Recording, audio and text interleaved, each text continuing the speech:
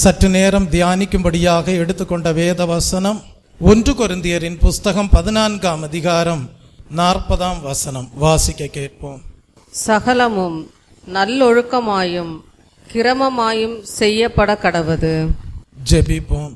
அன்பும் மகா கிருபையும் இரக்கமும் நிறைந்த பரலோக பிதாவே, ஓய்வு நாளின் காலை வேளையிலே தியானிக்கும்படியாக நீர் எங்களுக்கு கொடுத்த வசனத்திற்காக உமக்கு ஸ்தோத்திரம். இந்த வசனத்தின் மூலமாக நீர் வெளிப்படுத்துகிற சத்தியங்கள் உம்முடைய ஜனங்களுக்கு ஆசீர்வாதமாக காணப்பட தேவன் தாமே அனுகிரகம் செய்தருளும். இயேசு கிறிஸ்துவின் இன்ப நாமத்தில் ஜெபிக்கிறேன், பரிசுத்தமுள்ள நல்ல பிதாவே, ஆமீன். சகலமும் நல்லொழுக்கமாயும் கிரமமாயும் செய்யப்பட கடவது என்று அப்போஸ்தலனாகிய பவுல் கொரிந்து சபையாருக்கு எழுதுவதை நாம் படிக்கிறோம். கர்த்தருடைய நாமத்திற்கு மகிமை உண்டாவதாக. காலங்கள் மிக விரைவாக ஓடிக்கொண்டிருக்கிறது. கர்த்தருடைய வருகையும் நெருங்கி கொண்டிருப்பதை நாம் அறிவோம். இப்படிப்பட்ட நாட்களிலேயும் கொரிந்து சபையாருக்கு பவுல் எடுத்துரைத்த வாக்கியம் தேவ சபையில் காணப்படுகிற உங்கள் ஒவ்வொருவருக்கும் ஆலோசனையாக இந்த ஓய்வு நாளின் காலை வேளையிலேயும் கொடுக்கப்படுகிறது. சகலமும் நல்லொழுக்கமாயும் கிரமமாயும் செய்யப்பட கடவது என்பதுதான் அந்த ஆலோசனையாக இருக்கிறது. நாம் ஆராதிக்கிற தேவன் ஒழுங்கின் தேவனாக காணப்படுகிறார். அவருடைய சிருஷ்டிப்பை எடுத்துக்கொள்வோமேயானால் சகலமும் ஒழுங்காக அவரால் சிருஷ்டிக்கப்பட்டது. ஆகவே அப்படிப்பட்ட ஒழுங்கின் தேவனை ஆராதிக்கிற தேவ ஜனங்களே, உங்களுடைய தனிப்பட்ட வாழ்க்கையாக இருந்தாலும் சரி, உங்களுடைய குடும்ப வாழ்க்கையாக இருந்தாலும் சரி, நீங்கள் செய்கிற தொழிலாக இருந்தாலும் சரி, நீங்கள் செய்கிற ஊழியமானாலும் சரி, அனைத்தும் ஒழுங்கும் கிரமமுமாக செய்யப்பட வேண்டும் என்பதை அறிந்து கொள்ளும்படியாக கர்த்தர் இந்த ஓய்வு நாளின் காலை வேளையிலே உங்களுக்கு ஆலோசனை கொடுக்கிறார். கர்த்தருடைய நாமத்திற்கு மகிமை உண்டாவதாக.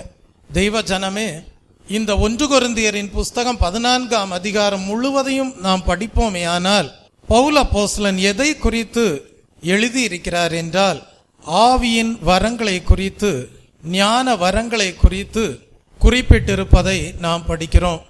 தேவ ஜனங்கள் எதை விரும்ப வேண்டும், எப்படிப்பட்ட வரத்தை விரும்பி பெற்றவர்களாய் இருக்க வேண்டும், தேவ ஜனங்கள் தேவன் கொடுக்கிற வரங்களை எப்படி பிரயோஜனப்படுத்த வேண்டும் என்பதை குறித்து தான் 1 கொரிந்தியர் 14ஆம் அதிகாரம் முழுவதும் குறிப்பிட்டு விட்டு கடைசியாக எழுதுகிறார்.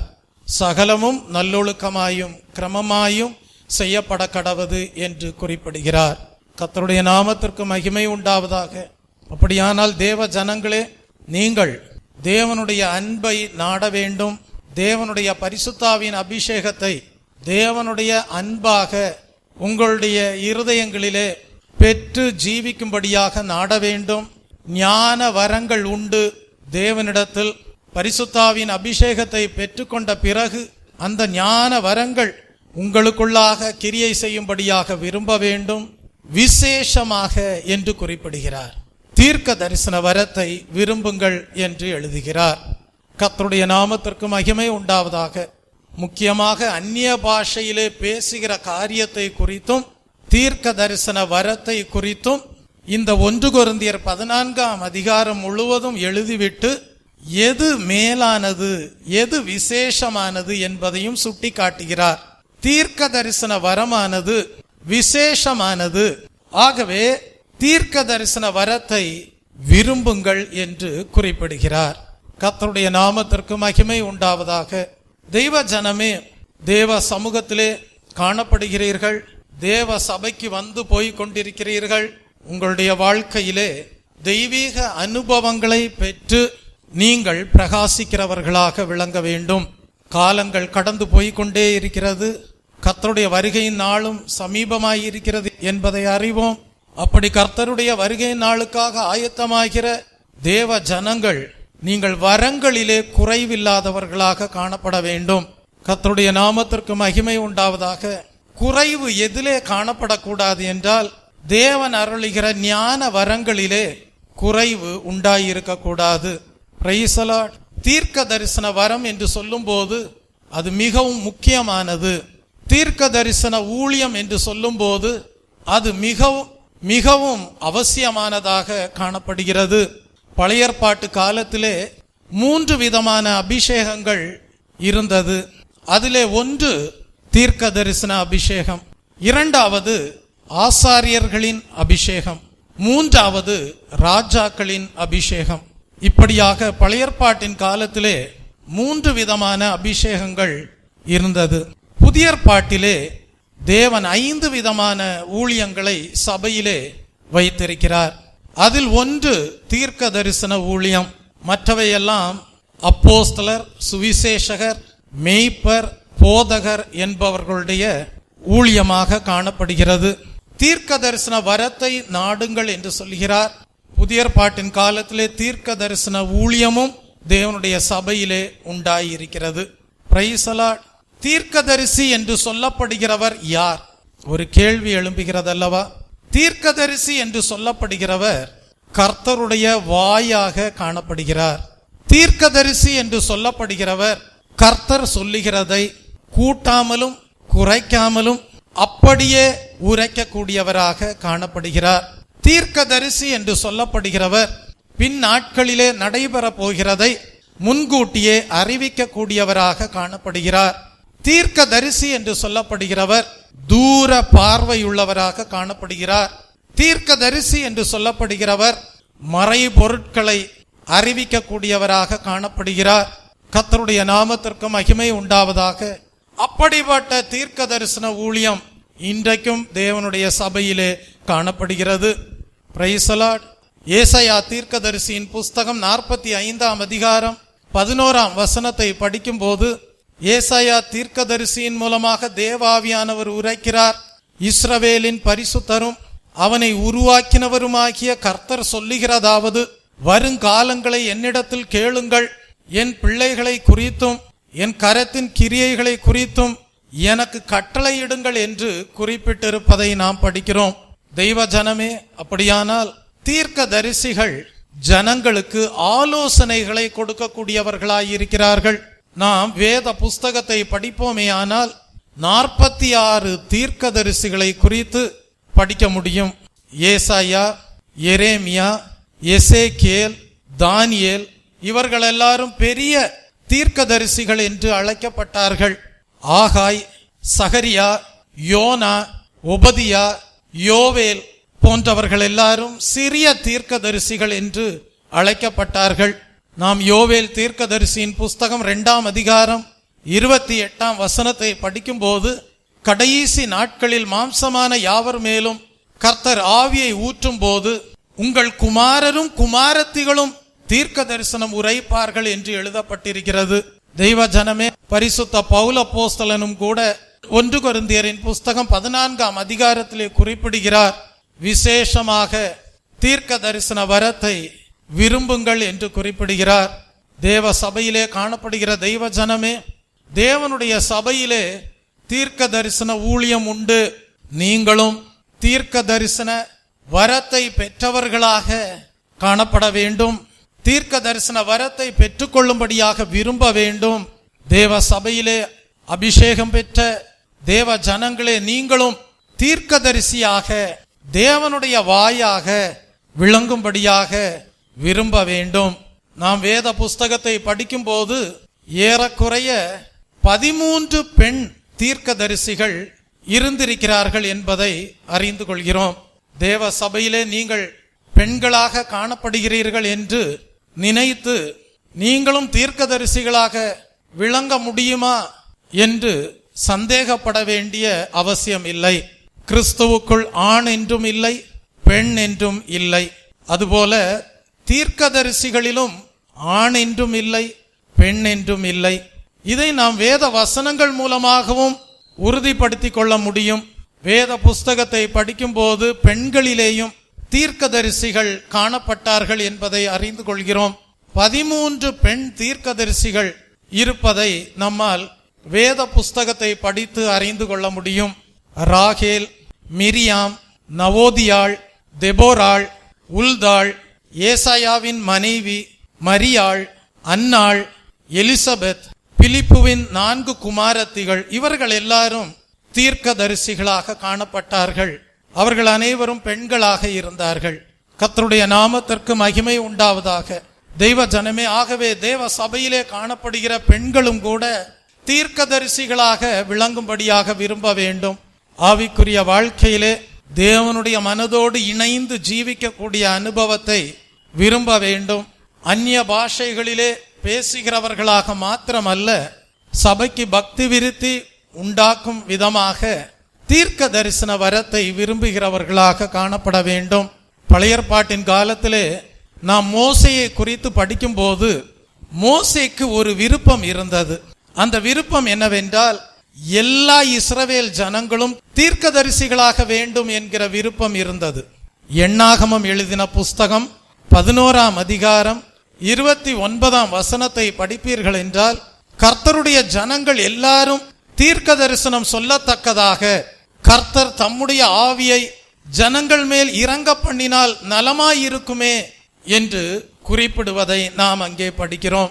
தெய்வ ஜனமே, பழைய ஏற்பாட்டின் காலத்திலே மோசேக்கு இஸ்ரவேல் ஜனங்கள் எல்லாரும் தீர்க்கதரிசிகளாக வேண்டும் என்கிற விருப்பம் இருந்திருக்குமே. ஆனால் புதிய ஏற்பாட்டின் காலத்திலே தேவ சபையிலே தேவன் தீர்க்க தரிசன ஊழியத்தை வைத்திருக்கிறார் என்பதை நீங்கள் அறிந்து கொள்ளும் போது நீங்களும் கூட தேவனை நோக்கி மன்றாட வேண்டும். தேவனே, தீர்க்க தரிசன வரத்தை விரும்புகிறேன் என்று சொல்லி மன்றாட வேண்டும். கர்த்தாவே, உம்முடைய வாயாக விளங்கும்படியாக விரும்புகிறேன் என்று மன்றாட வேண்டும்.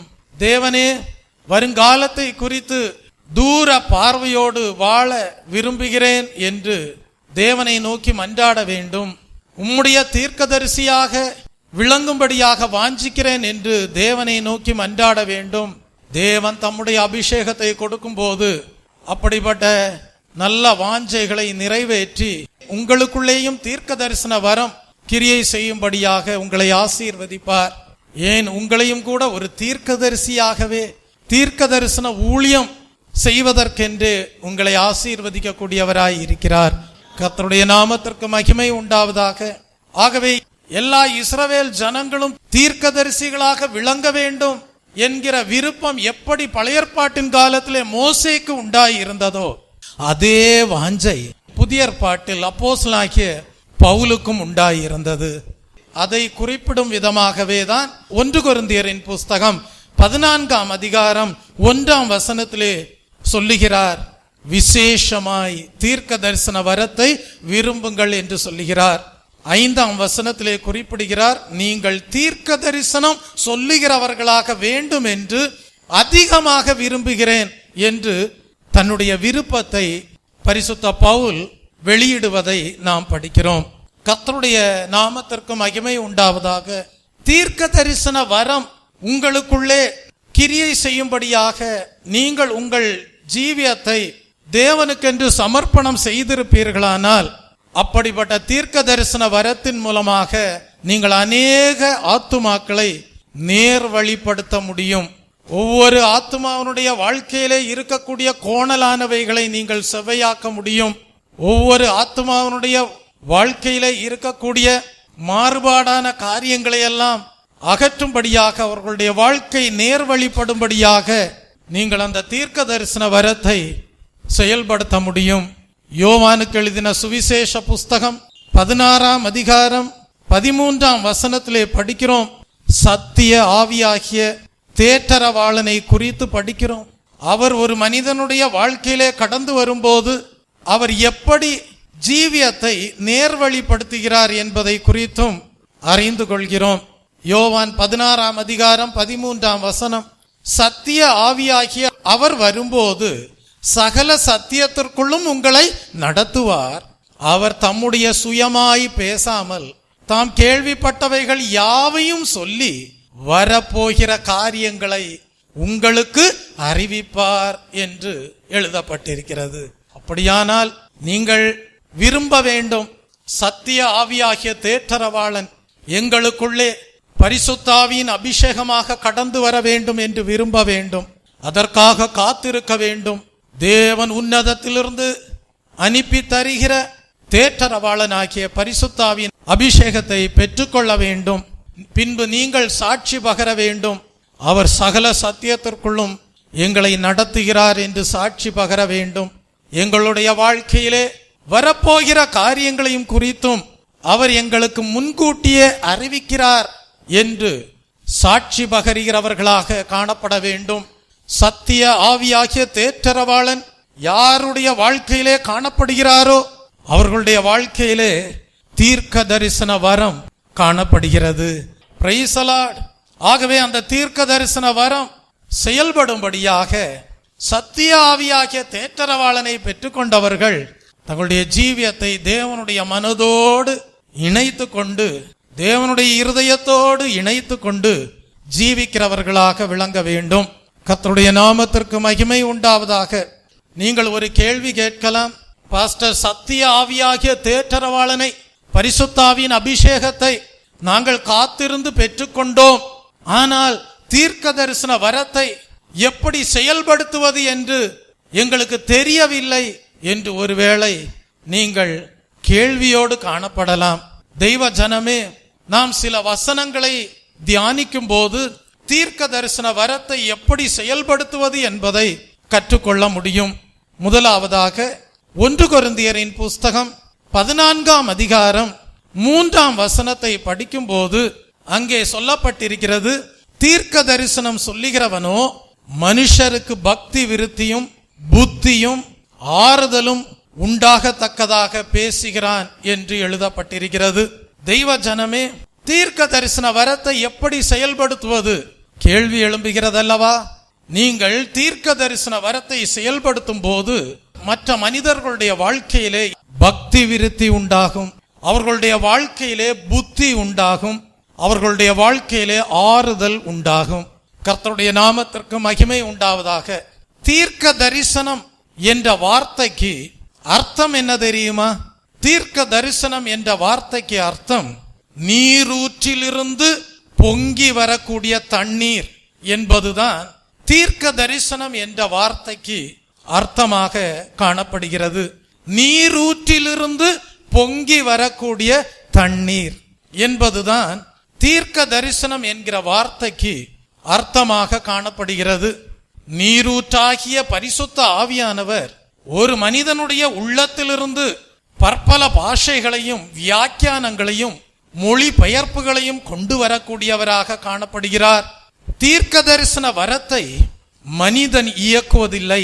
தீர்க்க தரிசன வரத்தை பரிசுத்த ஆவியானவர் தாமே இயக்கக்கூடியவராக காணப்படுகிறார். வார்த்தைகள் நீரூற்றை போல உள்ளத்திலிருந்து பொங்கி வரக்கூடியதாய் இருக்கும். கர்த்தருடைய நாமத்திற்கு மகிமை உண்டாவதாக. ஆகவேதான் அப்போஸ்தலனாகிய பேதுரு குறிப்பிடும் போது 2 பேதுருவின் புஸ்தகம் 1ஆம் அதிகாரம் 21ஆம் வசனத்திலே குறிப்பிடுகிறார், தீர்க்க தரிசனமானது ஒரு காலத்திலும் மனுஷருடைய சித்தத்தினாலே உண்டாகவில்லை, தேவனுடைய பரிசுத்த மனுஷர்கள் பரிசுத்த ஆவியினாலே ஏவப்பட்டு பேசினார்கள் என்று குறிப்பிடுவதை நாம் படிக்கிறோம். தெய்வ ஜனமே, அப்படியானால் தீர்க்க தரிசன வரத்தை எப்படி செயல்படுத்துவது என்கிற கேள்வி எழும்பும் போது தேவ ஆவியானவர் இந்த வசனங்களை எல்லாம் உங்களுக்கு சுட்டி காட்டுகிறார். நீங்கள் அந்த வரத்தை செயல்படுத்தும் போது சத்திய ஆவியாகிய தேற்றரவாளனை உங்களுடைய உள்ளத்திலே நீரூற்றாக அபிஷேகமாக பெற்று செயல்படுத்தும் போது அது மற்ற மனுஷருக்கு பக்தி விருத்தியை உண்டாக்கக்கூடியதாகவும் மற்ற மனிதர்களுடைய வாழ்க்கையிலே அவர்கள் புத்தியை அடைவதற்கு ஏதுவாகவும் மற்ற மனிதர்கள் ஆறுதலை பெற்றுக்கொள்வதற்கு ஏதுவாகவும் விளங்கும் என்பதை அறிந்து கொள்கிறோம். மனுஷருடைய சித்தத்தினாலே தீர்க்க தரிசனங்கள் உண்டாவது கிடையாது. தேவனுடைய பரிசுத்தாவின் அபிஷேகத்தை பெற்றுக்கொண்ட தேவனுடைய பரிசுத்த மனுஷர்கள் பரிசுத்த ஆவியினாலே ஏவப்பட்டு பேசக்கூடியவர்களாய் இருக்கிறார்கள். கர்த்தருடைய நாமத்திற்கு மகிமை உண்டாவதாக. ஆகவே அப்படிப்பட்ட தெய்வ வார்த்தைகள் உங்களுடைய உள்ளத்திலிருந்து புறப்படும்படியாக விரும்ப வேண்டும். கர்த்தருடைய நாமத்திற்கு மகிமை உண்டாவதாக. தெய்வ ஜனமே, எந்த ஒரு தேவ பிள்ளையாக காணப்படலாம், எந்த ஒரு தேவ மனிதனாகவும் காணப்படலாம், எந்த ஒரு தீர்க்கதரிசியாகவும் இருக்கலாம். இவர்களுடைய வாழ்க்கையிலெல்லாம் 3 விதமான ஆவிகள் செயல்படும்படியாக முயற்சிக்கிறது. எப்படி? 3 விதமான ஆவிகள் செயல்படும்படியாக முயற்சிக்கிறது. முதலாவது அந்த தீர்க்கதரிசியினுடைய மனுஷீக ஆவி, அல்லது அந்த தேவ மனிதனுடைய மனுஷீக ஆவி, அல்லது அந்த தேவ பிள்ளையினுடைய மனுஷீக ஆவி. இரண்டாவது சாத்தானுடைய ஆவி. மூன்றாவது தேவனுடைய ஆவி. இப்படியாக தீர்க்கதரிசியாக இருந்தாலும் சரி, தேவனுடைய மனிதனாக காணப்பட்டாலும் சரி, ஒரு தேவ பிள்ளையாக காணப்பட்டாலும் சரி, இவ்விதமான 3 ஆவிகள் செயல்பட முயற்சிக்கிறது. ஆகவே நீங்கள் ஒரு தேவ பிள்ளையாக இருந்தாலும் சரி, தேவ மனிதர்களாக இருந்தாலும் சரி, தீர்க்கதரிசிகளாக காணப்பட்டாலும் சரி, நீங்கள் பகுத்தாராய வேண்டும். உங்களுக்குள்ளிருந்து செயல்படுகிறது உங்களுடைய மனுஷீக ஆவியா, அல்லது செயல்பட முயற்சிக்கிறது சாத்தானுடைய ஆவியா, அல்லது தேவனுடைய ஆவியா என்பதை நீங்கள் பகுத்தறிய வேண்டும். கர்த்தருடைய நாமத்திற்கு மகிமை உண்டாவதாக. முதலாவது நாம் மனுஷீக ஆவியை குறித்து சிந்திக்கலாம். Price the Lord. தெய்வ ஜனமே, தீர்க்கதரிசியாக காணப்பட்டாலும் தீர்க்கதரிசியானவர் என்ன செய்ய வேண்டும் என்றால், தன்னை முதலாவது தாழ்த்தி தனக்குள்ளே எழும்புகிற எல்லா மனுஷீக ஆவியையும் சுய சிந்தனைகளையும் மனுஷ ஞானத்தையும் முதலாவது வெறுமையாக்க வேண்டும். Price the Lord. நீங்கள் ஒரு தீர்க்கதரிசியாக இருக்கிறீர்கள் என்று சொல்லி என்ன செய்து விடக்கூடாது என்றால், உங்களுக்குள்ளே இருக்கக்கூடிய மனுஷீக ஆவி செயல்படும்படியாக நீங்கள் இடம் கொடுத்து விடக்கூடாது. ஆகவே முதலாவது என்ன செய்ய வேண்டும்? நீங்கள் உங்களை தாழ்த்தி உங்களுடைய மனுஷீக ஆவியையும் சுய சிந்தனைகளையும் மனுஷ ஞானத்தையும் வெறுமையாக்க வேண்டும். Price the Lord. 2 கொரிந்தியரின் புஸ்தகம் 10ஆம் அதிகாரம் 5ஆம் வசனத்திலே பவுல் எழுதுகிறார், எந்த எண்ணங்களையும் கர்த்தருக்குள் சிறைப்படுத்துகிறவர்களாயிருக்கிறோம் என்று எழுதுகிறார். எப்படி எழுதுகிறார்? எந்த எண்ணங்களையும் கர்த்தருக்குள் சிறைப்படுத்துகிறவர்களாயிருக்கிறோம் என்று எழுதுகிறார். அதனுடைய அர்த்தம் என்ன? மனுஷீக ஆவி செயல்படாமல் காணப்படும்படியாக, சுய சிந்தனைகள் வெளிப்படாமல் காணப்படும்படியாக, மனுஷ ஞானம் வெளிப்படாமல் காணப்படும்படியாக, அவைகளை எல்லாம் கர்த்தருக்குள் சிறைப்படுத்தக்கூடியவராக காணப்படுவதாக குறிப்பிடுகிறார். தெய்வ ஜனமே, தீர்க்கதரிசியானவர் என்ன செய்ய வேண்டும் என்றால், மெய்யாகவே தேவனுடைய வார்த்தைகள் நீரூற்றிலிருந்து புறப்பட்டு வரக்கூடிய தண்ணீரை போல உள்ளத்திலிருந்து தேவனுடைய வார்த்தைகளாக புறப்பட்டு வரும்படியாக முதலாவது தன்னை தாழ்த்தி மனுஷீக ஆவியையும் சுய சிந்தனைகளையும் மனுஷ ஞானத்தையும் வெறுமையாக்கும்படியாக கர்த்தருக்குள் அந்த எல்லா சிந்தனைகளையும் சிறைப்படுத்தக்கூடியவர்களாக காணப்பட வேண்டும். Price the Lord. இனி நான் அல்ல, கிறிஸ்துவே எனக்குள் பிழைத்திருக்கிறார் என்ற நிலைக்கு கடந்து வர வேண்டும். கர்த்தருடைய நாமத்திற்கு மகிமை உண்டாவதாக. இனி நான் அல்ல, கிறிஸ்துவே எனக்குள் பிழைத்திருக்கிறார் என்கிற நிலைக்கு கடந்து வர வேண்டும். 1 கொரிந்தியரின் புஸ்தகம் 14ஆம் அதிகாரம் 32ஆம் வசனத்திலே படிக்கிறோம், தீர்க்கதரிசிகளுடைய ஆவிகள் தீர்க்கதரிசிகளுக்கு அடங்கி இருக்கிறது என்று படிக்கிறோம். Price the Lord. அப்படியானால் ஒரு தீர்க்கதரிசியானவர் என்ன செய்ய வேண்டும்? மனுஷீக ஆவியையும் சுய சிந்தனைகளையும் மனுஷ ஞானத்தையும் செயல்படும் விதமாக பெருமைக்கு இடம் கொடாமல் தன்னை முதலாவது தாழ்த்த வேண்டும். தாழ்த்தி, கர்த்தாவே, என் மூலமாக உம்முடைய வார்த்தைகள் வெளிப்படும்படியாக செயல்படும்படியாக என்னை அர்ப்பணிக்கிறேன் என்று சொல்லி தாழ்த்தும் போது தேவன் என்ன செய்வார் என்றால், தேவனுடைய பரிசுத்த மனிதர்களுடைய உள்ளத்திலிருந்து தேவனுடைய வார்த்தைகள் புறப்பட்டு வரும்படியாக அனுக்கிரகம் செய்வார். கர்த்தருடைய நாமத்திற்கு மகிமை உண்டாவதாக. ஆகவே நீங்கள் தீர்க்கதரிசிகளாக விளங்கும் போது மனுஷீக ஆவி உங்கள் வாழ்க்கையிலே செயல்படாத வண்ணம் நீங்கள் உங்களை காத்துக் கொள்வீர்களாக. இரண்டாவதாக, தீர்க்கதரிசிகளுடைய வாழ்க்கையிலேயும் அவர்கள் கவனம் இல்லாமல் ஜீவிப்பார்களே ஆனால், சரியாக ஆவிகளை பகுத்தறியாமல் ஜீவிப்பார்களே ஆனால், சாத்தானுடைய ஆவியும் அவர்கள் மூலமாக செயல்படுவதற்கு வாய்ப்புகள் உண்டு. ஏனென்றால் சாத்தான் சிலருடைய உள்ளத்தில் ஏவுதலை கொடுக்கக்கூடியவனாக காணப்படுகிறான். தீர்க்க தரிசனம் உரைக்கிற மனுஷனோடு போராடுகிற அடுத்த ஆவி சாத்தானுடைய ஆவியாக காணப்படுகிறது. ஆகவேதான் வேதத்திலே படிக்கிறோம், தெரிந்து கொள்ளப்பட்டவர்களையும் வஞ்சிக்கத்தக்கதாக சாத்தான் கள்ள தீர்க்க தரிசனங்களை கொண்டு வந்து அவர்களை திசை மாறி போகச் செய்கிறான் என்று நாம் அறிந்து கொள்கிறோம். ஆகவே தெய்வ பிள்ளையே, தீர்க்க தரிசிகளும் கவனமாய் இருக்க வேண்டும், தேவ ஜனங்களும் மிகவும் ஜாக்கிரதையாக காணப்பட வேண்டும். தீர்க்க தரிசிகளும் எப்படிப்பட்ட ஏவுதலோடு தாங்கள் வார்த்தைகளை பேசுகிறார்கள் என்பதை பகுத்தறியக்கூடியவர்களாக, ஆவியை பகுத்தறியக்கூடியவர்களாக காணப்பட வேண்டும். காரணம், சாத்தானும் ஏவுதலை கொடுக்கக்கூடியவனாக காணப்படுகிறான். அந்த ஏவுதலை கொண்டு பேசுகிற வார்த்தைகளினாலே ஜனங்கள் திசை மாறி போய் விடுவார்கள்.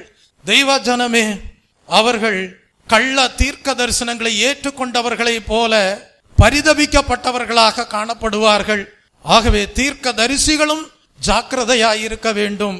கர்த்தருடைய ஆவியானவர் ஏவுதலினால் தீர்க்க தரிசனம் உரைக்கிறார்களா அல்லது சாத்தானுடைய ஆவியின் ஏவுதலினாலே தீர்க்க தரிசனம் உரைக்கிறார்களா என்பதை அவர்கள் அறிந்து உணர்ந்து தங்களை தாழ்த்தி தாங்கள் வெளிப்படுத்துகிற வார்த்தைகள் அநேக ஜனங்களுக்கு பக்தி விருத்தியை உண்டாக்குவதற்கு ஏதுவாகவும், புத்தியை கொண்டு செல்வதற்கு ஏதுவாகவும், ஆறுதல் அளிப்பதற்கு ஏதுவாகவும் விளங்கும்படியாக அவர்கள் தாழ்த்தி மனுஷிக ஆவிக்கு இடம் கொடாமல், சாத்தானுடைய ஆவிக்கு இடம் கொடாமல் கர்த்தருடைய ஆவியே செயல்படுகிறார் என்பதை உறுதிப்படுத்தி தீர்க்க தரிசனம் உரைக்க வேண்டும்.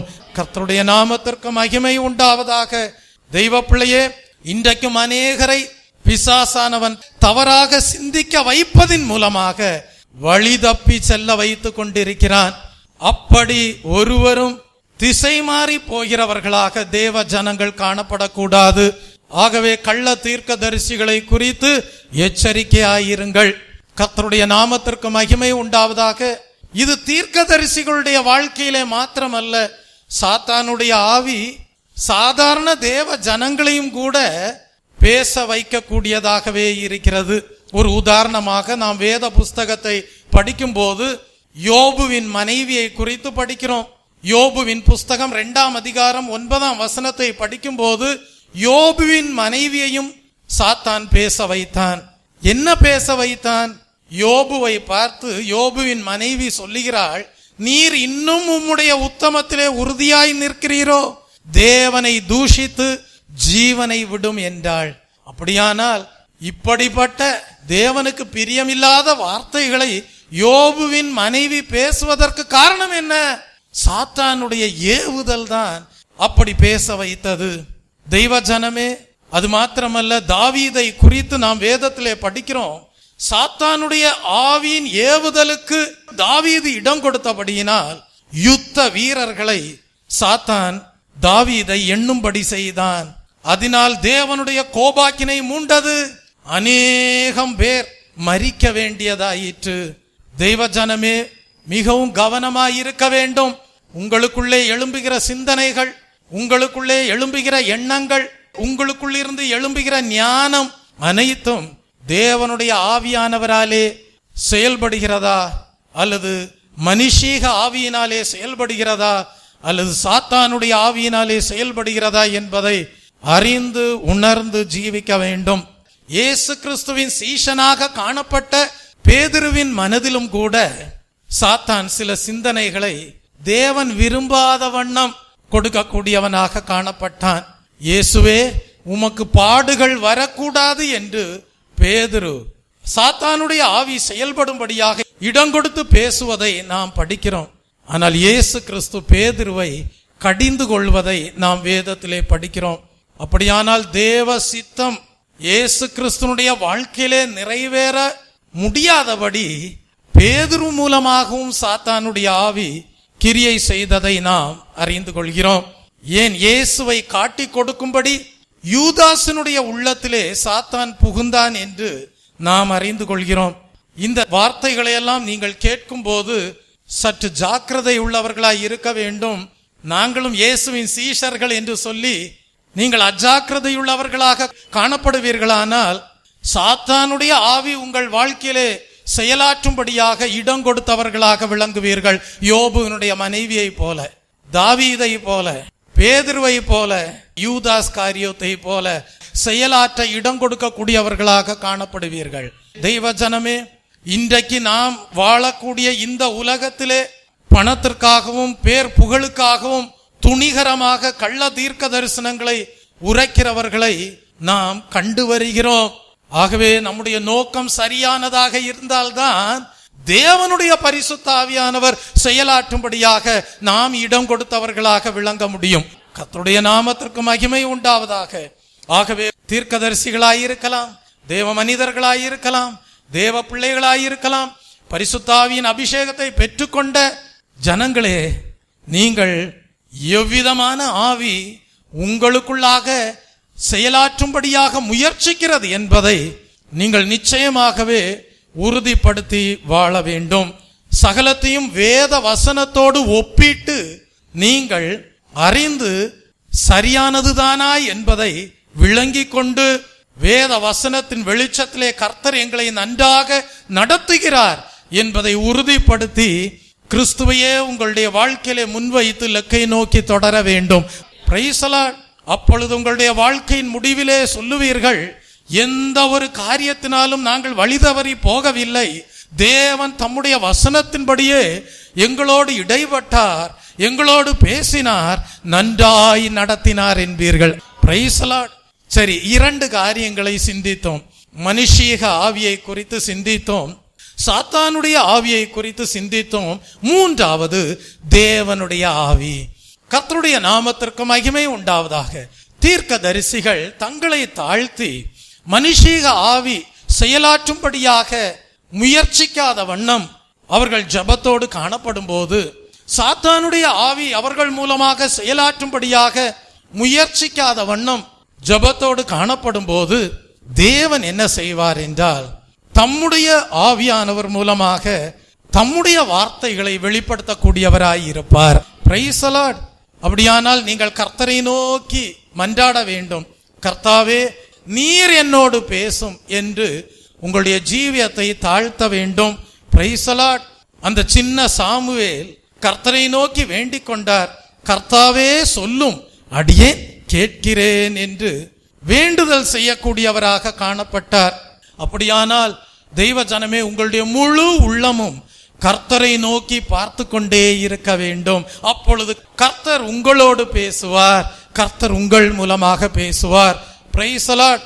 தெய்வ ஜனமே, உங்களுக்கு தீர்க்க தரிசன அபிஷேகம் இருக்கிறது என்றால் உங்கள் உள்ளம் எப்பொழுதும் கர்த்தருடைய உள்ளத்தோடு இணைந்ததாக காணப்படும். Price the Lord. நீங்கள் பாடுவீர்கள், எந்த சூழ்நிலையும் எந்த சூழ்நிலையும் அவர் அன்பினின்று என்னை பிரிக்காது காத்து கொள்வார். என்னை நம்பியவர் தந்த பொறுப்பதனை அவர் வரும் வரை காத்து கொள்வேன். என்னை நம்பியவர் தந்த பொறுப்பதனை அவர் வரும் வரை காத்து கொள்வேன். ஆனந்தமே, பரமானந்தமே, இது மாபெரும் பாக்கியமே. ஆனந்தமே, பரமானந்தமே, இது மாபெரும் பாக்கியமே. இந்த பார்தலத்தில் சொந்தக்காரரவர் எந்த உள்ளத்தில் சொந்தமானார். இந்த பார்தலத்தில் சொந்தக்காரரவர் எந்த உள்ளத்தில் சொந்தமானார். எந்த உள்ளத்தில் சொந்தமானார். எந்த உள்ளத்தில் சொந்தமானார். சத்தியாவியாகிய தேற்றரவாளன் உங்களுடைய உள்ளத்திலே உங்களுக்கு சொந்தமானவராக மாறி இருக்கிறாரா? தெய்வ ஜனமே, தேவனுடைய இருதயத்தோடு எப்பொழுதும் இணைந்து ஜீவிக்க வாஞ்சிப்பீர்களாக. உங்களை தாழ்த்துவீர்களாக. சுயம் உங்களிலே வெளிப்படாதபடி உங்களை தாழ்த்துவீர்களாக. சாத்தானுடைய ஆவி உங்களுடைய வாழ்க்கையிலே செயல்பட முயற்சியாத வண்ணம் உங்களை தாழ்த்துவீர்களாக. தேவனுடைய இருதயத்தோடு இணைந்திருப்பீர்களாக, ஜெபிப்பீர்களாக, வேத வசனத்தை தியானிப்பீர்களாக.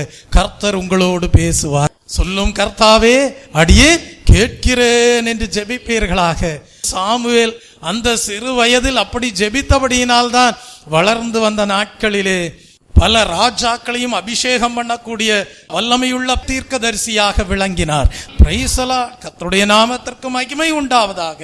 என்னுடைய சிறு பிராயத்திலும் அப்படிப்பட்ட ஜெபங்கள் உண்டாயிருந்திருக்கிறது. சொல்லும் கர்த்தாவே அடியே கேட்கிறேன். Price the Lord. அவர் தம்முடைய சத்திய ஆவியாகிய தேற்றரவாளனை அனுப்பினார். என்னுடைய உள்ளத்திலே தேவன் சொந்தமானார். இன்றைக்கும் தேவனுடைய வார்த்தைகளை கேட்டு வருகிறேன், தேவனுடைய வார்த்தைகளை உரைத்து வருகிறேன். Price the Lord. தேவனோடு இணைந்து ஜீவிக்கக்கூடிய வாழ்க்கை என்பது மிகவும் ஆனந்தமான வாழ்க்கை. Price the Lord. நோக்கம் சரியானதாய் இருக்கும். தெய்வ ஜனமே, அப்படியானால் தீர்க்க தரிசனம் உரைக்கும் போது சரியான நோக்கத்தோடு உரைக்க வேண்டும். தேவன் தீர்க்க தரிசன வரத்தை செயலாற்றுவதிலே முக்கியமான நோக்கம் இருக்கிறது. Price the Lord. தீர்க்க தரிசன வரத்தை தேவன் ஒரு தீர்க்கதரிசியினுடைய வாழ்க்கையிலேயோ தேவ பிள்ளையினுடைய வாழ்க்கையிலேயோ செயலாற்றுகிறார் என்றால் சரியான நோக்கம் உண்டு. Price the Lord.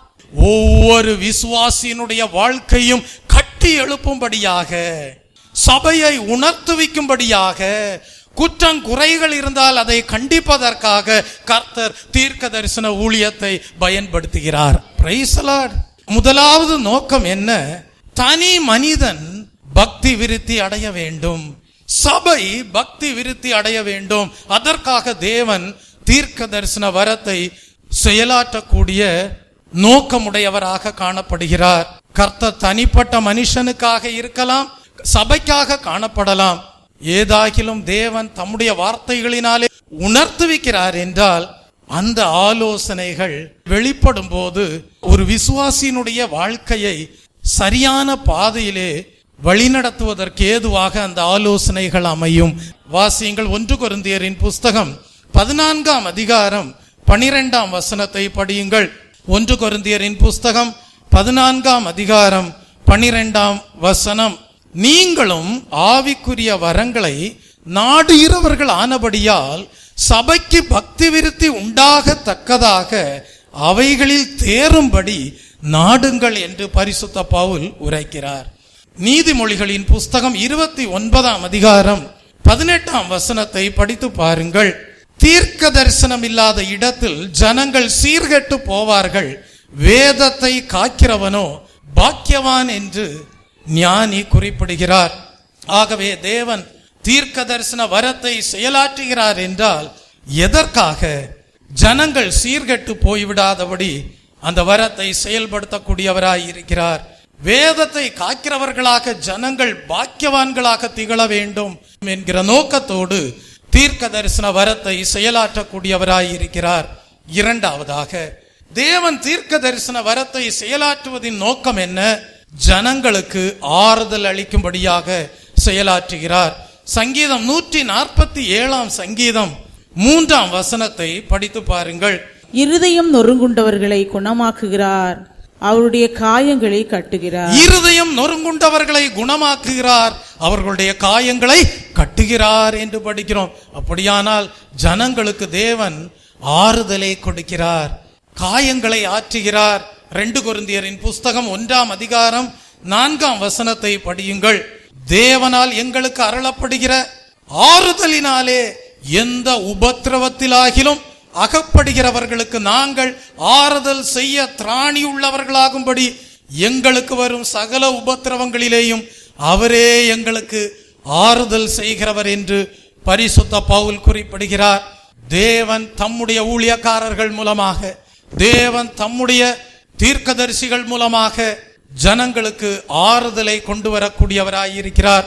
மூன்றாவது, தேவன் தீர்க்க தரிசன வரத்தை செயல்படுத்துவதின் நோக்கம் என்ன?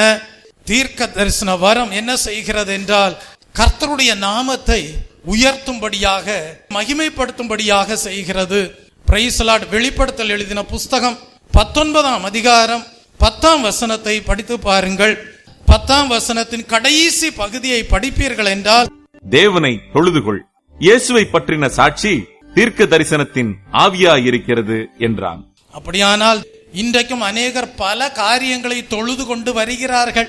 ஆகவேதான் தேவன் கொடுக்கிற ஆலோசனை என்ன? தேவனை தொழுதுகொள். இயேசுவை பற்றின சாட்சி தான் தீர்க்க தரிசனத்தின் ஆவியாயிருக்கிறது என்று தேவ ஆவியானவர் குறிப்பிடுகிறார். உங்களுக்குள்ளாக தீர்க்க தரிசன வரம் செயல்பட தேவன் வைக்கிறார் என்றால் அதற்கான நோக்கம் என்ன? தேவனுடைய குமாரனை குறித்த சாட்சி உங்கள் மூலமாக வெளிப்பட வேண்டும். கல்வாரி சிலுவையிலே இயேசு கிறிஸ்து நிறைவேற்றின சகல நற்கிரியைகளை குறித்த சாட்சி உங்கள் மூலமாக வெளிப்பட வேண்டும். Price the Lord. தேவன் தீர்க்க தரிசன வரத்தை செயல்படுத்துவதன் இன்னொரு நோக்கம் என்னவென்றால், வேத வசனங்களை உறுதிப்படுத்தும்படியாக. கர்த்தருடைய நாமத்திற்கு மகிமை உண்டாவதாக. தீர்க்க தரிசனங்கள் வேத வசனத்தை உறுதிப்படுத்தக்கூடியதாக காணப்படுகிறது. தீர்க்க தரிசனம் வசனத்திற்கு விரோதமாக இருக்குமே ஆனால் அது கள்ள தீர்க்க தரிசனம் என்பதில் சந்தேகம் இல்லை. தெய்வ பிள்ளையே, கர்த்தர் தம்மை தாமே மறுதலிக்கவும் மாட்டார், மாற்றியும் பேச மாட்டார்.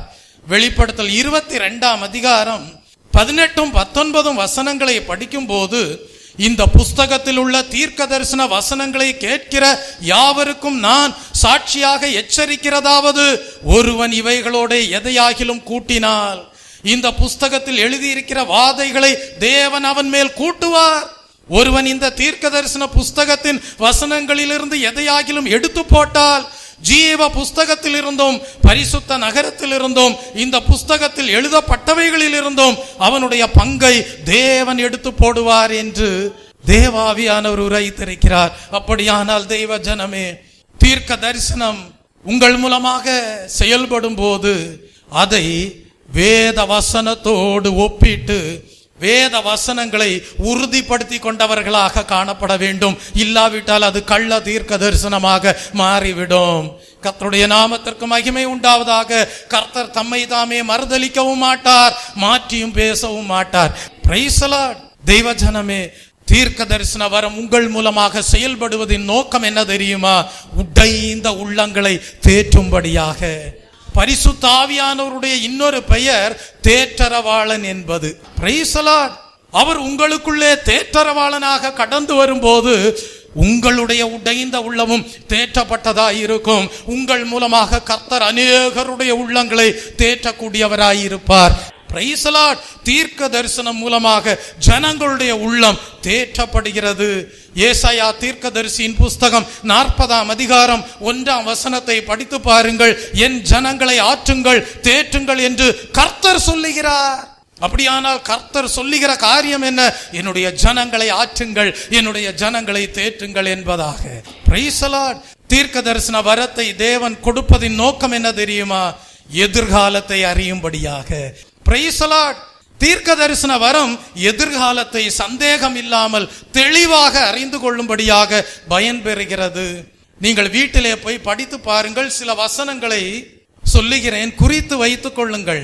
1 ராஜாக்களின் புஸ்தகம் 13ஆம் அதிகாரம் 2ஆம் வசனம், 2 ராஜாக்களின் புஸ்தகம் 23ஆம் அதிகாரம் 17ஆம் வசனம், அப்போஸ்தலர் 21ஆம் அதிகாரம் 11-12 வசனங்கள், 2 கொரிந்தியரின் புஸ்தகம் 11ஆம் அதிகாரம் 10ஆம் வசனம், அப்போஸ்தலர் 9ஆம் அதிகாரம் 13-16 வசனங்கள். இவைகளை எல்லாம் நீங்கள் படித்து பார்ப்பீர்கள் என்றால் தீர்க்க தரிசன வரம் எதிர்காலத்தை சந்தேகம் இல்லாமல் தெளிவாக அறிய பயன் பெறுகிறது என்பதை அறிந்து கொள்கிறோம். கர்த்தருடைய நாமத்திற்கு மகிமை உண்டாவதாக. தீர்க்க தரிசன வரம் உங்களுக்குள்ளாக செயல்படும் போது நீங்கள் இவைகளையெல்லாம் பகுத்து அறிய வேண்டும். ஜனங்களுக்கு ஆறுதல் உண்டாகிறதா? அவர்கள் இயேசு கிறிஸ்துவின் சிலுவை அண்டையிலே அருகாமையிலே கடந்து வருவதற்கேற்ற சாட்சியாக விளங்குகிறதா? வேத வசனங்களை உறுதிப்படுத்திக் கொள்வதற்கு ஏதுவாக காணப்படுகிறதா? உடைந்த உள்ளங்கள் தேற்றப்படுகிறதா? அநேகருடைய வாழ்க்கை உங்கள் மூலமாக கட்டி எழுப்பப்படுகிறதா? அநேகருடைய வாழ்க்கையில் இருக்கக்கூடிய ரகசிய பாவங்கள் எல்லாம் அகலுகிறதா? பக்தி விருத்தி உண்டாகிறதா? தேவனுக்கேற்ற புத்தி அவர்களுடைய வாழ்க்கையிலே கடந்து செல்கிறதா?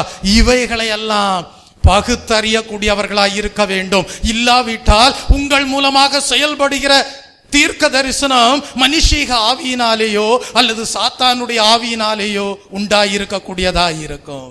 தேவன் தம்முடைய சபையிலே தீர்க்க தரிசன ஊழியத்தை ஏற்படுத்தி இருக்கிறார். இந்த கேட்ட வசனங்கள் எல்லாம் உங்களுடைய வாழ்க்கையிலே தியானமாக விளங்க வேண்டும்.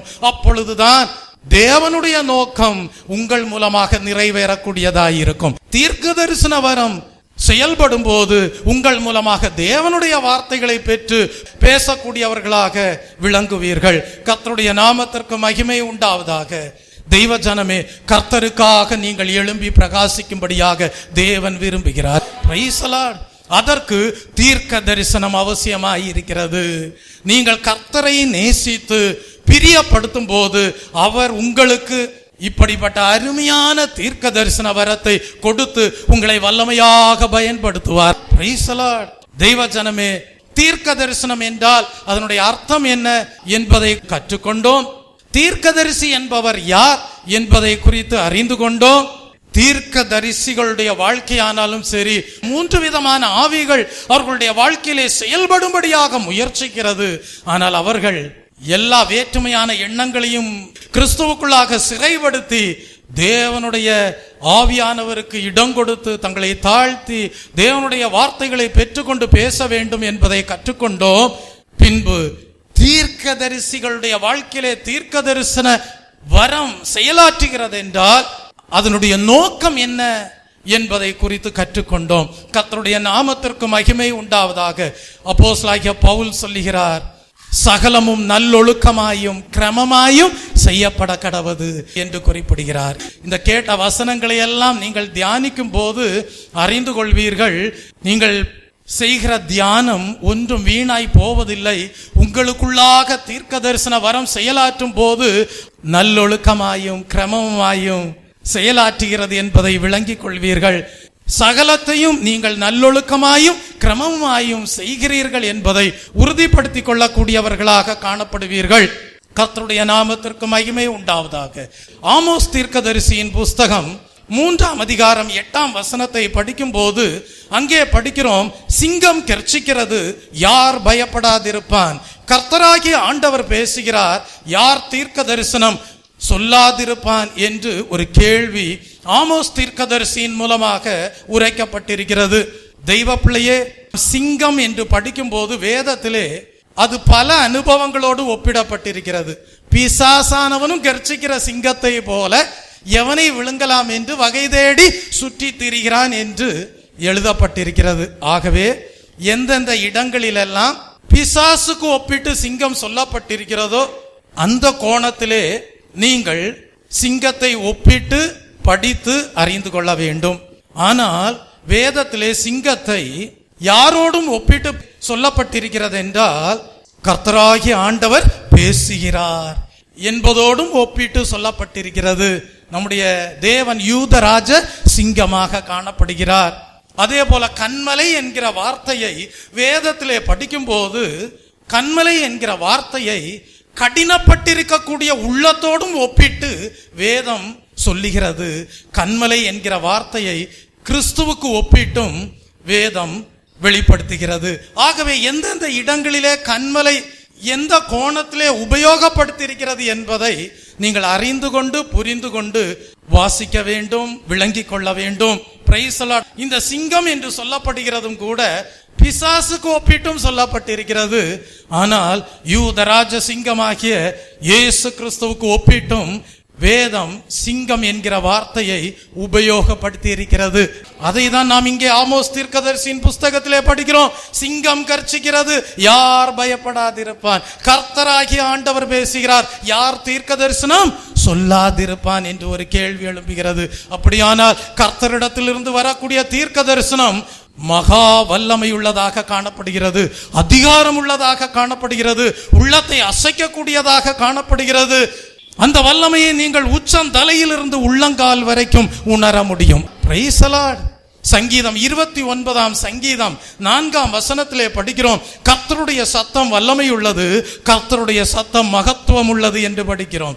தெய்வ ஜனமே, அப்படியானால் தீர்க்க தரிசன வார்த்தைகள் கடந்து வரும்போது நீங்கள் சரியாக டிசர்ன் பண்ண அறிந்திருக்க வேண்டும். இது தேவனுடைய வார்த்தைகள் தானா அல்லது மனுஷீக ஆவியினால் கடந்து வருகிறதா? இது தேவனுடைய வார்த்தைகளா அல்லது சாத்தானுடைய ஆவியின் செயல்பாடுகளினாலே கடந்து வருகிறதா என்பதை டிசர்ன் பண்ண வேண்டும். எல்லாவற்றையும் வேத வசனங்களோடு ஒப்பிட்டு உறுதிப்படுத்தி சரியாக நடக்க விசுவாச வாழ்க்கை வாழ பழகி கொள்ள வேண்டும். கர்த்தருடைய நாமத்திற்கு மகிமை உண்டாவதாக. தீர்க்க தரிசனம் வரும்போது சாதாரணமாக 4 விதங்களிலே கடந்து வரும். முதலாவது, உள் உணர்வினால் வரக்கூடிய தீர்க்க தரிசனம். உங்களுடைய உள்ளமானது தேவனுடைய ஆவியினாலே நிரப்பப்பட்டு தேவனுடைய வார்த்தைகள் அந்த உள் உணர்வினால் புறப்பட்டு வரக்கூடிய அனுபவம் தீர்க்க தரிசனமாக காணப்படும். அப்போஸ்தலர் 21ஆம் அதிகாரம் 8ஆம் வசனத்தை படிக்கும் போது, பிலிப்பு என்கிற சுவிசேஷகனுடைய வீட்டில் தீர்க்க தரிசனம் சொல்லுகிற கன்னியா ஸ்திரீகளாகிய 4 குமாரத்திகள் அவனுக்கு இருந்தார்கள் என்று படிக்கிறோம். இப்படிப்பட்ட தீர்க்க தரிசனம் உரைக்கிறவர்களாக காணப்படுகிறவர்கள் பரிசுத்த ஆவியானவரால் அவர்கள் நிரப்பப்பட்டவர்களாக பரிசுத்த ஆவியின் ஏவுதலால் தேவனுடைய வார்த்தைகள் என்பதை உணர்ந்து தீர்க்க தரிசனம் உரைக்கக்கூடியவர்களாய் இருக்கிறார்கள். அப்பொழுது நீரூற்று போல கர்த்தருடைய வார்த்தைகள் உள்ளத்தின் ஆழத்திலிருந்து பொங்கி வரக்கூடியதாய் இருக்கும். நியாயாதிபதிகளின் புஸ்தகம் 13ஆம் அதிகாரம் 25ஆம் வசனத்திலே படிக்கிறோம், கர்த்தருடைய ஆவியானவர் அவனை ஏவ துவங்கினார் என்று சொல்லப்பட்டிருக்கிறது. யாரை? சிம்சோனை ஏவ துவங்கினார் என்று எழுதப்பட்டிருக்கிறது. எரேமியா தீர்க்கதரிசி சொல்லுகிறார். எரேமியா தீர்க்கதரிசியின் புஸ்தகம் 20ஆம் அதிகாரம் 9ஆம் வசனத்திலே குறிப்பிடுகிறார், ஆதலால் நான் அவரை பிரஸ்தாபம் பண்ணாமலும் இனி கர்த்தருடைய நாமத்திலே பேசாமலும் இருப்பேன் என்றேன். ஆனாலும் அவருடைய வார்த்தை என் எலும்புகளில் அடைபட்டு எரிகிற அக்கினியை போல் என் இருதயத்தில் இருந்தது. அதை சகித்து இளைத்து போனேன், எனக்கு பொறுக்க கூடாமற் போயிற்று என்று எரேமியா தீர்க்கதரிசியின் மூலமாக தேவாவியானவர் உரைக்கிறார். Praise the Lord. தெய்வ பிள்ளை, அப்படியானால் தேவனுடைய பரிசுத்த ஆவியானவராலே நிரப்பப்பட்டு உள்ளுணர்வினாலே தேவனுடைய வார்த்தைகள் காணப்படுகிறது என்பதை அறிந்து பேசக்கூடிய தீர்க்க தரிசனம் உண்டு. இதுதான் முதல் விதத்திலே தீர்க்க தரிசனம் உரைக்கக்கூடிய அனுபவமாயிருக்கிறது. பவுல் எழுதுகிறார், 1 கொரிந்தியரின் புஸ்தகம் 6ஆம் அதிகாரம் 17ஆம் வசனத்திலே எழுதுகிறார், கர்த்தரோடு இசைந்திருக்கிறவன் அவரோடே கூட ஒரே ஆவியாய் இருக்கிறான் என்று படிக்கிறோம். கர்த்தருடைய நாமத்திற்கு மகிமை உண்டாவதாக. யார் யாரெல்லாம் தங்களை பரிசுத்த ஆவியானவரோடு இணைத்துக் கொள்கிறார்களோ அவர்கள் ஆவியிலே உந்துதல் ஏற்பட்டு அவர்கள் தீர்க்க தரிசனம் உரைக்கக்கூடியவர்களாய் இருக்கிறார்கள். இதுதான் முதல் விதத்திலே தீர்க்க தரிசனம் உரைக்கக்கூடிய அனுபவமாய் இருக்கிறது. இரண்டாவது விதம் அந்நிய பாஷையிலிருந்து வரக்கூடிய தீர்க்க தரிசனம். அப்போஸ்தலர் எழுதின நடபடிகளின் புஸ்தகம் 19ஆம் அதிகாரம் 6ஆம் வசனத்தை படிக்கும் போது, எபேசு பட்டணத்திற்கு அப்போஸ்தலனாகிய பவுல் கடந்து வருகிறார். அங்குள்ள விசுவாசிகள் மேல் தன்னுடைய கரத்தை வைக்கிறார். அப்பொழுது அந்த விசுவாசிகள் எல்லாரும் பரிசுத்த ஆவியினால் நிரப்பப்பட்டார்கள், அந்நிய பாஷை பேசினார்கள், தீர்க்க தரிசனம் சொன்னார்கள் என்று படிக்கிறோம். கர்த்தருடைய நாமத்திற்கு மகிமை உண்டாவதாக. சிலர் அந்நிய பாஷையின் மூலமாக கர்த்தர் பேசுகிற செய்தியை அறிந்து கொள்ளும்படியாக அந்நிய பாஷைகளுக்கு வியாக்கியானம் செய்யக்கூடியவர்களாக காணப்படுகிறார்கள். இன்னும் சிலர் அந்நிய பாஷை பேசி தீர்க்க தரிசனம் உரைக்கக்கூடியவர்களாய் இருக்கிறார்கள். ஆனால் உரைக்கப்படுகிற தீர்க்க தரிசனங்கள் எல்லாம் வேத வசனத்திற்கு ஒத்து காணப்பட வேண்டும், வேத வசனங்களோடு இணைந்து செயலாற்றுகிறதாக இருக்க வேண்டும். Price the Lord. 2 பேதுருவின் புஸ்தகம் 1ஆம் அதிகாரம் 19ஆம் வசனத்தை படித்து பாருங்கள். அதிக உறுதியான தீர்க்க தரிசன வசனமும் நமக்கு உண்டு. பொழுது விடிந்து விடிவெள்ளி உங்கள் இருதயங்களில் உதிக்கும் அளவும் இருளுள்ள ஸ்தலத்தில் பிரகாசிக்கிற விளக்கை போன்ற அவசனத்தை கவனித்திருப்பது நலமாயிருக்கும் என்று படிக்கிறோம். Price the Lord. இந்த வசனத்தை படியுங்கள். அதிக உறுதியான தீர்க்க தரிசன வசனமும் நமக்கு உண்டு. பொழுது விடிந்து விடிவெள்ளி உங்கள் இருதயங்களில் உதிக்கும் அளவும் இருளுள்ள ஸ்தலத்தில் பிரகாசிக்கிற விளக்கை போன்ற அவ்வசனத்தை கவனித்திருப்பது நலமாயிருக்கும். அதிக உறுதியான தீர்க்க தரிசன வசனமும் நமக்குண்டு. பொழுது விடிந்து விடிவெள்ளி உங்கள் இருதயங்களில் உதிக்கும் அளவும் இருளுள்ள ஸ்தலத்தில் பிரகாசிக்கிற விளக்கை போன்ற அவ்வசனத்தை கவனித்திருப்பது நலமாயிருக்கும் என்று பேதுரு அப்போஸ்தலன் குறிப்பிடுகிறார். அப்போஸ்தலனாகிய பேதுரு தன்னுடைய சொந்த அனுபவத்தை பார்க்கிலும் பழைய ஏற்பாட்டின் காலத்திலிருந்தே உரைக்கப்பட்ட உறுதியான முழுமையான தேவனுடைய வார்த்தைகளை குறித்து குறிப்பிட்டு பேசுகிறார். பழைய ஏற்பாட்டின் காலத்திலே சொல்லப்பட்டிருக்கிறது என்ன? நான் உங்களுக்கு முன்னே போய் கோணலானவைகளை செவ்வையாக்குவேன். இப்படியெல்லாம் தேவனுடைய வார்த்தைகள் உரைக்கப்பட்டிருக்கிறது. அப்போஸ்தலனாகிய பேதுரு என்ன சொல்கிறார்? தேவனுடைய வார்த்தைகளே மெய்யான வெளிச்சம், அதுவே ஆவிக்குரிய இருளை அகற்றக்கூடியது என்று குறிப்பிடக்கூடியவராயிருக்கிறார். எந்த நாள் வரைக்கும் இருளை அகற்றக்கூடிய வெளிச்சமாய் இருக்கும் என்று குறிப்பிடுகிறார்? பொழுது விடிந்து விடிவெள்ளி உங்கள் இருதயங்களில் உதிக்கும் அளவும் என்று குறிப்பிடுகிறார். விடிவெள்ளி என்பது யாரை காட்டுகிறது? இயேசு கிறிஸ்துவை காட்டுகிறது. இருதயங்களில் உதிப்பது என்பது எதை காட்டுகிறது? அதிக சந்தோஷத்தை உண்டாக்கும் எடுத்துக்கொள்ளப்படுதலை குறிக்கிறது. கர்த்தருடைய நாமத்திற்கு மகிமை உண்டாவதாக. இயேசு வந்த வீட்டிலே சந்தோஷம், இயேசு வந்த வீட்டிலே சமாதானம், இயேசு வந்த வீட்டிலே மகிழ்ச்சி. Price the Lord. தெய்வ ஜனமே, இது இரண்டாவது விதத்தில் அந்நிய பாஷையிலிருந்து வரக்கூடிய தீர்க்க தரிசனத்தின் அனுபவமாக காணப்படுகிறது. மூன்றாவதாக தீர்க்க தரிசனம் எப்படி வெளிப்படும் என்றால், மூன்றாவது விதம் எப்படிப்பட்டது என்றால், சொப்பனங்கள் தரிசனங்கள் மூலமாக தீர்க்க தரிசனம் வெளிப்படும். எண்ணாகமம் எழுதின புஸ்தகம் 12ஆம் அதிகாரம் 6ஆம் வசனத்தை படிக்கும் போது, உங்களுக்குள்ளே ஒருவன் தீர்க்கதரிசியாய் இருந்தால் கர்த்தராகிய நான் தரிசனத்தில் என்னை அவனுக்கு வெளிப்படுத்தி சொப்பனத்திலே அவனோடே பேசுவேன் என்று எழுதப்பட்டிருப்பதை நாம் படிக்கிறோம். அப்படியானால் இந்த வகை தீர்க்க தரிசனமானது சொப்பனங்களோடும் தரிசனங்களோடும் இணைந்து வரக்கூடியதாய் இருக்கிறது. Price the Lord. தீர்க்க தரிசனம் உரைப்பதற்கு முன்பாகவே கர்த்தர் தரிசனத்தில் வெளிப்படுத்தி சொப்பனத்தில் பேசுவார். அதை தொடர்ந்து கர்த்தருடைய வார்த்தைகள் தீர்க்க தரிசனமாக வெளிவரக்கூடியதாய் இருக்கிறது. அப்பொழுது அந்த தீர்க்க தரிசனத்தை கேட்கிறவர்களுக்கு தைரியமும் விசுவாசமும் உண்டாகும். கர்த்தருடைய நாமத்திற்கு மகிமை உண்டாவதாக. நாம் வேதத்திலே படிக்கிறோம். யோவேல் தீர்க்கதரிசியின் புஸ்தகம் 2ஆம் அதிகாரம் 28ஆம் வசனத்திலே படிக்கிறோம். அப்போஸ்தலர் 2ஆம் அதிகாரம் 17ஆம் வசனத்திலே படிக்கிறோம். கர்த்தர் ஆவியை ஊற்றும் போது மூப்பர்கள் சொப்பனங்களையும் வாலிபர்கள் தரிசனங்களையும் அடைவார்கள் என்று எழுதப்பட்டிருப்பதை படிக்கிறோம். பழைய ஏற்பாட்டின் காலத்திலே யோசேப்பை குறித்து படிக்கிறோம். யோசேப்பு என்கிற பெயருக்கு சொப்பனக்காரன் என்று அர்த்தம். Price the Lord. அவன் சொப்பனம் காண்கிறது மட்டுமல்ல, சொப்பனங்களுக்கு வியாக்கியானம் சொல்லுகிறவராகவும் காணப்பட்டார். தானியேல் தீர்க்கதரிசியின் புஸ்தகம் முழுவதும் சொப்பனங்களாலும் தரிசனங்களாலும் நிறைந்திருக்கிறது. ஆபிரகாம் ஒரு தீர்க்கதரிசியாக காணப்பட்டார். 10 முறை கர்த்தர் ஆபிரகாமுக்கு தரிசனத்திலே தோன்றி அவரோடு பேசினார் என்று படிக்கிறோம்.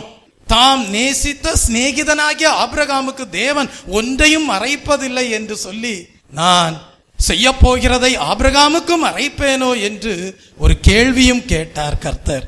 ஆதியாகமம் 18ஆம் அதிகாரம் 18ஆம் வசனத்திலே படிக்கிறோம்.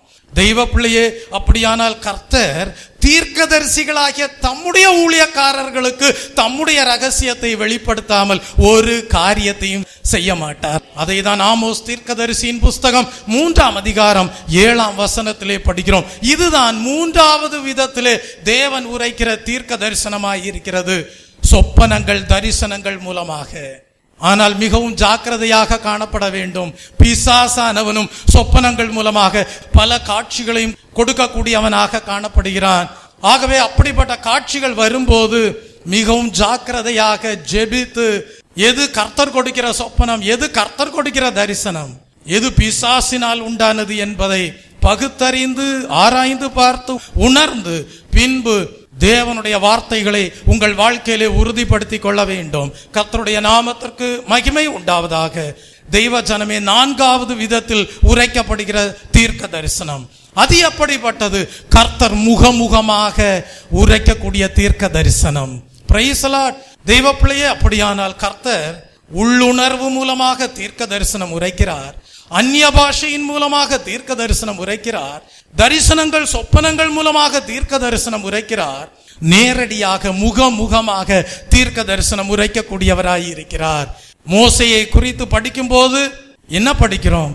நான் அவனுடைய மறைபொருளாக அல்ல, முகமுகமாகவும் பிரத்யட்சமாகவும் பேசுகிறேன், அவன் கர்த்தரின் சாயலை காண்கிறான் என்று கர்த்தர் மோசேயை குறித்து சாட்சி கொடுத்தார். எண்ணாகமம் 12ஆம் அதிகாரம் 8ஆம் வசனத்திலே படிக்கிறோம். மோசே கர்த்தருடைய சாயலை காணக்கூடியவராய் இருந்தார். நேரடியாக தீர்க்க தரிசன வார்த்தைகளை தேவனிடத்திலிருந்து பெற்றுக்கொள்ளக்கூடியவராய் இருந்தார். மறைபொருளாக அல்ல, பிரத்யட்சமாக பேசப்படுகிற தேவனுடைய வார்த்தைகளை கேட்கக்கூடிய விதத்தில் கர்த்தரின் சாயலை காணக்கூடியவராய் இருந்தார். யாத்ராகமம் 33ஆம் அதிகாரம் 11ஆம் வசனத்திலே படிக்கிறோம். அப்பொழுது கர்த்தர் ஒரு சிநேகிதனோடு பேசுவது போல மோசேயோடு முகமுகமாக பேசினார் என்று படிக்கிறோம். Price the Lord. தீர்க்கதரிசியாகிய சாமுவேலோடு கர்த்தர் முகமுகமாக பேசினார். இஸ்ரவேலின் மேல் ராஜாவாய் இராதபடிக்கு நான் புறக்கணித்து தள்ளின சவுலுக்காக எந்த மட்டும் துக்கித்துக் கொண்டிருப்பாய் என்று சொல்லி தேவன் தீர்க்கதரிசியாகிய சாமுவேலோடு முகமுகமாக பேசினார். அதை குறித்து 1 சாமுவேலின் புஸ்தகம் 16ஆம் அதிகாரம் 1ஆம் வசனத்திலே படிக்கிறோம். ஏன் பீலேயாமுடைய வாழ்க்கையை பாருங்கள். கர்த்தர் பீலேயாமோடு முகமுகமாக பேசினார். எண்ணாகமம் 24ஆம் அதிகாரம் 16ஆம் வசனத்திலே படிக்கிறோம். அவன்தான் புறஜாதியாக காணப்பட்ட முதல் தீர்க்கதரிசி. கர்த்தருடைய நாமத்திற்கு மகிமை உண்டாவதாக. கர்த்தர் இவ்விதமாக 4 விதங்களிலே தீர்க்க தரிசனம் உரைக்கக்கூடியவராய் இருக்கிறார். பவுல் அப்போஸ்தலன் எழுதுகிறார், சகலமும் நல்லொழுக்கமாயும் கிரமமாயும் செய்யப்பட கடவது என்று எழுதுகிறார். ஆவின் வரங்களை குறித்தெல்லாம் 1 கொரிந்தியர் 14ஆம் அதிகாரம் முழுவதும் எழுதிவிட்டு சொல்லுகிறார், சகலமும் நல்லொழுக்கமாயும் கிரமமாயும் செய்யப்பட கடவது என்று எழுதுகிறார். ஆகவே உங்களுக்குள்ளாக இவ்வளவு நாள் ஒரு கேள்வி எழும்பி இருக்கும், எப்படி தீர்க்க தரிசனம் கடந்து வருவது நல்லொழுக்கத்திற்குரியதாக காணப்படும், எது கிரமமாக செய்யப்படுகிற காரியம் என்று கேள்விகள் உங்களுக்குள்ளாக காணப்பட்டிருக்கும். கர்த்தர் இந்த ஓய்வு நாளின் காலை வேளையிலே உங்களுக்கு அதற்கான பதிலை கொடுத்திருக்கிறார். தீர்க்க தரிசனம் என்றால் என்ன என்பதை குறித்து விளக்கம் கொடுத்திருக்கிறார். தீர்க்கதரிசி என்பவர் யார் என்பதை குறித்து விளக்கம் கொடுத்திருக்கிறார். தேவன் தீர்க்கதரிசிகளுடைய வாழ்க்கையிலே செயலாற்றும் போது அதனுடைய நோக்கம் என்ன என்பதை குறித்து விளக்கம் கொடுத்திருக்கிறார். தீர்க்க தரிசனங்கள் எப்படிப்பட்ட 4 விதங்களில் கடந்து வரக்கூடியதாய் இருக்கும் என்பதை கற்றுக் கொடுத்திருக்கிறார். இந்த கற்றுக்கொண்ட பாடத்தை நீங்களும் உங்களுடைய வாழ்க்கையிலே சரியாக விளங்கி கொண்டவர்களாக, அன்பை நாடினவர்களாக மாத்திரமல்ல, ஞான வரங்களை விரும்பினவர்களாக மாத்திரமல்ல, சத்திய ஆவியாகிய தேற்றரவாளனை உங்களுடைய உள்ளத்திலே ஆசீர்வாதமாக பெற்றுக்கொண்டவர்களாக மாத்திரமல்ல, விசேஷமாக தீர்க்க தரிசன வரத்தை விரும்பி பெற்றுக்கொண்டவர்களாக மாத்திரமல்ல, சகலத்தையும் நல்லொழுக்கமாயும் கிரமமாயும் செய்கிறவர்களாக, சபைக்கு பக்தி விருத்தி உண்டாக்குவதற்கு ஏதுவாகும், ஜனங்களுடைய வாழ்க்கையை கட்டி எழுப்புவதற்கு ஏதுவாகும், குறைகள் இருந்தால் அவைகளெல்லாம் ஜனங்களுடைய வாழ்க்கையிலே நீங்கி போவதற்கு ஏதுவாகவும், ஆறுதலை கொண்டு போகக்கூடிய தேவ வார்த்தைகளாகவும் அமைய தேவன் தாமே கேட்ட வசனத்தின்படி உங்களையும் ஆசீர்வதிப்பாராக. நீங்களும் தேவனுடைய பார்வையிலே சகலத்தையும் நல்லொழுக்கமாயும் கிரமமாயும் நிறைவேற்றினவர்களாக தேவன் தாமே உங்களுடைய வாழ்க்கையிலையும் விளங்கச் செய்து உங்களுடைய ஜீவியமும் எரிந்து பிரகாசிக்கிற விளக்காக, அநேகருக்கு ஆசீர்வாதமாக, மலையின் மேல் இருக்கிற பட்டணத்தை போல பிரகாசிக்கக்கூடியதாக காணப்பட வல்லமையாக நீங்களும் தேவனாலே உபயோகப்படுத்தப்பட்டவர்களாக காணப்படும்படியாக கர்த்ததாமே உங்களையும் மேன்மைப்படுத்துவாராக. ஆமீன். ஜெபிப்போம். மகிபனையே அனுதினமே மகிழ்வுடனே துதித்திடுவேன், தினம் மகிழ்வுடனே துதித்திடுவேன். மகிபனையே அனுதினமே மகிழ்வுடனே துதித்திடுவேன், தினம் மகிழ்வுடனே துதித்திடுவேன். என்னை அன்பில் இணைத்திடவே கண்டீர் பூவுரு வாகும் முன்னே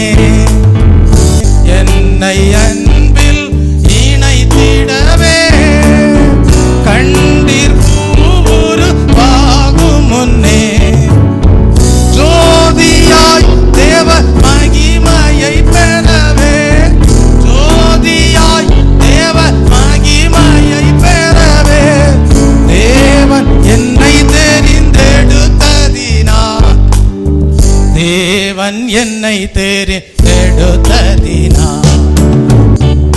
மகிபனையே அனுதினமே மகிழ்வுடனே துதித்திடுவேன். தினம் மகிழ்வுடனே துதித்திடுவேன். அழைத்தாரே சுவிசேஷத்தினால்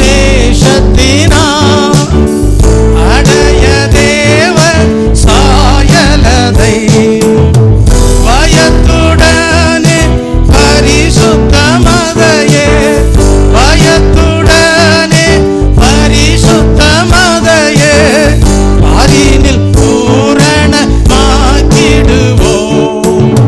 பாரினில் பூரணமாக்கிடுவோம்.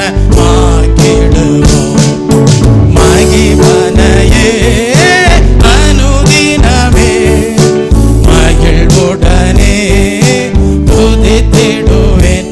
தினம் மகிழ்வுடனே துதித்திடுவேன். மகிபனையே அனுதினமே மகிழ்வுடனே துதித்திடுவேன். தினம் மகிழ்வுடனே துதித்திடுவேன். அன்பும் மகா கிருபையும் இரக்கமும் நிறைந்த பரலோக பிதாவே, பரிசுத்த பவுல் கொரிந்து சபையாருக்கு எழுதும் போது சகலமும் நல்லொழுக்கமாயும் கிரமமாயும் செய்யப்பட கடவது என்று எழுதின வேத வசனத்தை தியானத்திற்காக எடுத்துக்கொண்டு தேவ ஜனங்கள் தேவனே நீர் அருளுகிற சத்திய ஆவியாக்கிய தேற்றரவாளனை பரிசுத்தாவின் அபிஷேகமாக பெற்று வாழ வேண்டும் என்றும் பின்பு தீர்க்க தரிசன வரத்தை விரும்புகிறவர்களாக கர்த்தாவே உம்மாலே தீர்க்க தரிசன வரம் தங்களுடைய வாழ்க்கையிலே செயலாற்றும்படியாக தங்களை தாழ்த்தி ஜெபித்து தேவனே உம்முடைய இருதயத்தோடு இணைந்து வாழ வேண்டும் என்பதையும் இந்த நாளிலே கற்றுக் கொடுத்த தயவுக்காக உமக்கு ஸ்தோத்திரம். அப்படி தீர்க்க தரிசன வரம் செயலாற்றும் போது அதனுடைய நோக்கம் என்ன என்பதையும் அது எவ்விதங்களிலெல்லாம் செயலாற்றக்கூடியதா இருக்கும் என்பதையும் இந்த ஓய்வு நாளின் காலை வேளையிலே கற்றுக் கொடுத்த தயவுக்காக உமக்கு ஸ்தோத்திரம். கற்றுக்கொண்ட பாடம் தேவ சபையை பக்தி விருத்தியை அடைய செய்வதற்கு ஏதுவாக கர்த்தாவே உம்முடைய ஜனங்களுடைய வாழ்க்கையிலே தேவ ஊழியர்களுடைய வாழ்க்கையிலே தீர்க்கதரிசிகளுடைய வாழ்க்கையிலே தீர்க்க தரிசன வரம் இயேசுவே உம்மாலே செயலாற்றுவதற்கு ஏதுவாக காணப்பட தேவன் தாமே கிருபை நல்கிறளும். ஜனங்களுடைய வாழ்க்கையிலே ஆறுதலை கொண்டு செல்லக்கூடியதாக தேவனே உம்முடைய புத்தியை அடைவதற்கு ஏதுவாக விளங்கச் செய்தருளும். தேவனே ஜனங்களுடைய வாழ்க்கையிலே என்ன குறைகள் இருந்தாலும் குற்றங்கள் இருந்தாலும் அவைகளெல்லாம் நீங்கி பரிசுத்தமாகுதலை பூர்ண தேவ பயத்துடனே காத்து கொள்ளக்கூடிய உணர்வை ஒவ்வொருவரும் பெற்றுக்கொள்வதற்கு ஏதுவாக தீர்க்க தரிசன வரம் செயலாற்றுவதாக காணப்பட கர்த்தர் தாமே ஆசீர்வதித்தருளும். எல்லா துதி கன மகிமை யாவும் மக்கே உரியது. மீட்பர் இயேசு கிறிஸ்துவின் இன்ப நாமத்தில் ஜெபிக்கிறேன் பரிசுத்தமுள்ள நல்ல பிதாவே, ஆமீன். என் ஆத்துமாவே கர்த்தரை ஸ்தோத்தரி, என் முழு உள்ளமே பரிசுத்த நாமத்தை ஸ்தோத்தரி. என் ஆத்துமாவே கர்த்தரை ஸ்தோத்தரி, அவர் செய்த சகல உபகாரங்களையும் மறவாதே, ஆமீன். நம்முடைய கர்த்தராகிய இயேசு கிறிஸ்துவுடைய கிருபையும் பிதாவாகிய தேவனுடைய அன்பும் பரிசுத்த ஆவியானவருடைய அந்யோன்ய ஐக்கியமும் இன்றும் என்றும் சதா காலங்களிலும் நம் அனைவரோடும் நம்முடைய குடும்பங்களோடும் சபையாரோடும் இருப்பதாக, ஆமீன். தேவன் அடைக்கலமே என் கோட்டை மரணம் அவர் சத்தியம் பரிசயம் கேளவம் என் நம்பிக்கையும் அவரே அவர் சத்தியம் பரிசயம் கேடகமாம் என் நம்பிக்கையும் அவரே அவர் சட்டையின் கீழ் அடைக்கலம் புகழை சிறகுகளால் போடுவார்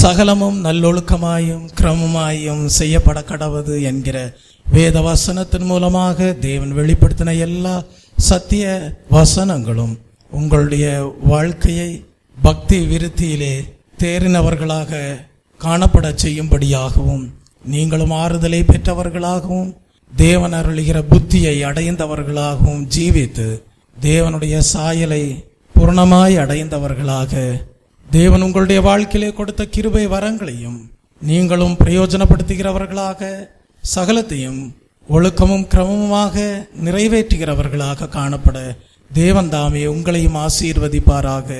ஆமென்.